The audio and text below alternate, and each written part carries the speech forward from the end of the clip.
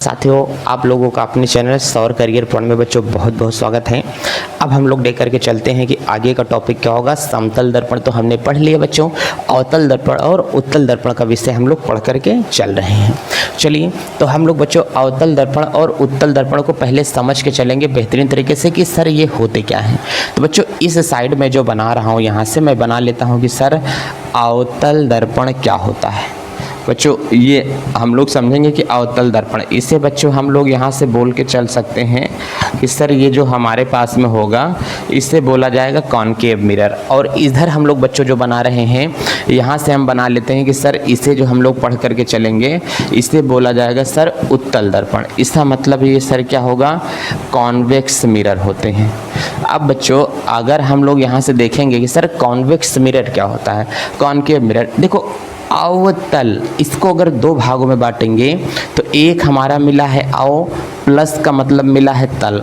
अव का मतलब बच्चों होता है दबा, तल का मतलब क्या होता है, सतह। इसका मतलब दबी हुई सतह ना, यही तो आ रहा है, दबी हुई सतह निकल करके सामने आ रहा है। तो इसका मतलब अवतल दर्पण कहीं न कहीं से दबा हुआ होगा।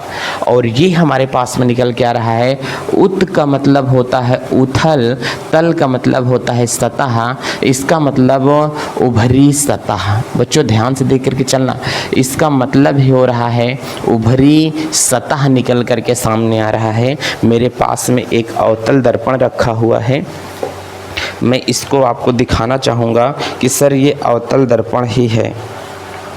चलिए, अवतल दर्पण ही बच्चों हम लेकर के बैठे हुए हैं। ये देखो, अगर आपको हालांकि ये समझ में नहीं आ रहा होगा क्योंकि ये मेरे हाथ में आपको सब लेयर ही दिख रहा होगा, लेकिन क्या आपको ये ऐसा दिखाई दे रहा है, नहीं समझ में आ रहा होगा आप लोगों को। इधर उभरा हुआ है और इधर क्या है, दबा हुआ, इतना हल्का है कि समझ में नहीं आता है। चलिए हम आपको वैसे ही महसूस करा देंगे। ऐसा दर्पण जिसकी सतह बीच में दबी हुई हो, देखो पॉलिश तो रहेगा, बिना पॉलिश का दर्पण बनेगा। ऐसा दर्पण जिसकी सतह बीच में दबी हुई हो उसे क्या कहते हैं, अवतल दर्पण कहते हैं। और ऐसा दर्पण जिसकी सतह बीच में उभरी हुई हो उसे क्या कहते हैं, उत्तल दर्पण कहते हैं। ये लीजिए सर, हमने बना दिया। ये है हमारे पास में क्या, उत्तल दर्पण, और ये हमारे पास में क्या है, अवतल दर्पण होता है।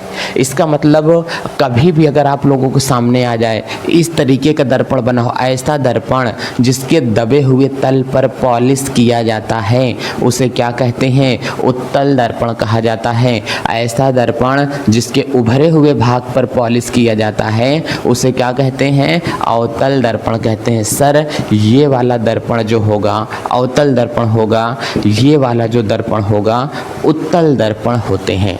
ठीक है सर। बच्चों चाहे जैसे बोलो, ऐसा दर्पण जिसकी सतह बीच में उभरी हो उसे क्या कहते हैं, उत्तल दर्पण, ये भी सही है। ऐसा दर्पण जिसके दबे हुए तल पर पॉलिश कर दिया जाता है उसे क्या कहते हैं, उत्तल दर्पण, ये भी सही है।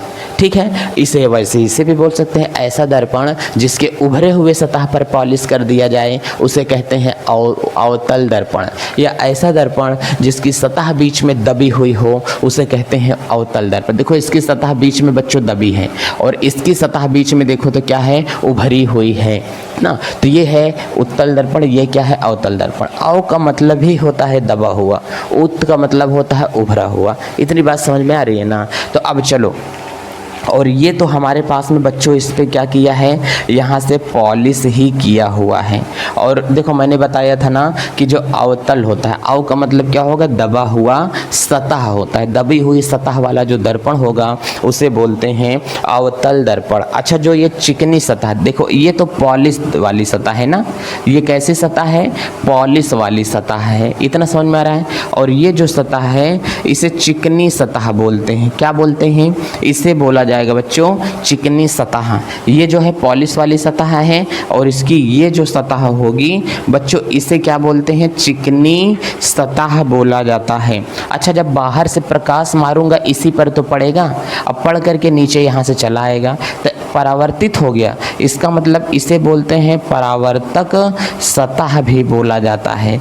बच्चों क्या बोलेंगे, परावर्तक सतह भी बोला जाता है इन दर्पणों को। तो अवतल दर्पण, उत्तल दर्पण, इसको बाबू बहुत बेहतरीन तरीके से इसका समझ करके चलना है कि कॉनकेव और कॉन्वेक्स मिरर क्या होते हैं। इसी से पूरा का पूरा डायग्राम, पूरा का पूरा आपका ये चैप्टर कंप्लीट हो रहा है कि इसमें प्रकाश की किरण किस प्रकार से आती है और किस प्रकार से जाती हैं। इसको हमको बेहतरीन तरीके से समझना है कि इसमें प्रतिबिंब कैसे मिलते हैं। आओ का मतलब नहीं जानते हो? आओ का मतलब दबी हुई सतह वाला दर्पण, उत का मतलब उथल, उथल समझते हो? उत कहते नहीं है, उथल, तो उथल का मतलब जहाँ उभरी हुई सतह होता है उसे क्या कहते हैं? उथल। उथल जैसे जब बहुत ज़्यादा पानी भर जाता है, कहते हैं कि बहुत उथल साइड नाव लेके चलो, उथल साइड जहाँ पर बहुत ज़्यादा उभरा हुआ है वहाँ नाव लेकर के चलो, नहीं तो हम लोग क्या कहेंगे, किनारे में डूब जाएंगे। तो इतना नहीं हमको समझ कर चलना है। तो अव का मतलब क्या होगा? दबी हुई सतह वाला दर्पण। अच्छा, ये दर्पण किस काम में आता है भाई? और ये दर्पण किस काम में आता है? आज जिसके जिसके घर में ट्रैक्टर होगा, वो ट्रैक्टर पर जो पीछे गाड़ी देखने वाला लगा होता है ना, उसको जा करके शीशा छू करके देखना, कि जिसे क्या कहते हैं, बैक मिरर कहा जाता है। ठीक है ना? जो बैक मिरर है, साइड मिरर है, उस साइड मिरर को आप लोग देखना कि पीछे का दृश्य देखने वाला जो मिरर होता है उसके देखो बीच में उभरा हुआ रहता है क्या? वो ऐसे ही आंकड़ा रहता है, ऐसे रहता है, एकदम ऐसे रहता है, आंकड़ा रहता है। या तो जिसके यहाँ कार होगी, वो कार का ड्राइवर के सामने वाला जो शीशा होता है उसको देखना, वो उभरा होता है क्या?